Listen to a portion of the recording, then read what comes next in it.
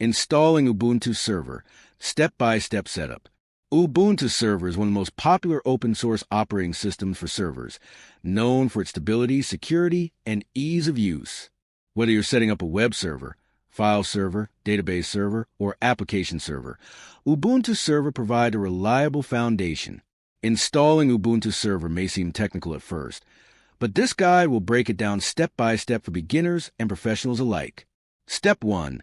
Download Ubuntu Server ISO. Begin by downloading the latest Ubuntu Server ISO file from the official Ubuntu website. Choose the long-term support LTS version for maximum stability and extended support. Step 2. Create bootable USB drive. Once the ISO is downloaded, use a tool like Rufus, Windows, or Balena at your Linux/Mac OS to create a bootable USB drive. Insert a USB, at least 4 gigabytes. Select the ISO and flash it. Step 3. Boot from USB. Insert the bootable USB into the server or PC you're using. Enter the BIOS/UEFI, usually by pressing F2, F10, or DL at startup, and set the USB as the primary boot device. Save and exit the boot from a USB. Step 4. Start the installation.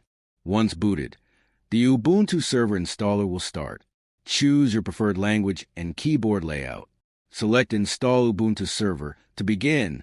Step 5. Configure network. You'll be prompted to configure your network. If connected via Ethernet, it may auto-detect settings via DHCP. You can also set a static IP if needed, especially for servers. Step 6. Set up storage. Choose how to partition your drive. For beginners, use an entire disk is recommended.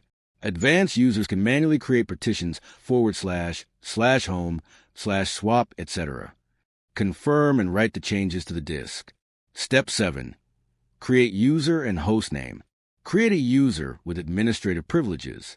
Enter a username, password, and assign a hostname, e.g., web server. Step 8. Choose server packages. The installer may ask what services you'd like to install, e.g., OpenSSH server, web server, file server. Select as needed. Installing OpenSSH is recommended to allow remote access via SSH. Step 9. Install updates and finish setup. Ubuntu will install the OS along with your chosen packages. Once completed, you'll be prompted to remove the USB and reboot the system. Step 10. Access your server. After reboot, you'll be greeted by the login prompt. Use the credentials you created to log in. From here, you can start configuring your server, installing applications, and setting up firewall rules or services like Apache, MySQL, Docker, etc.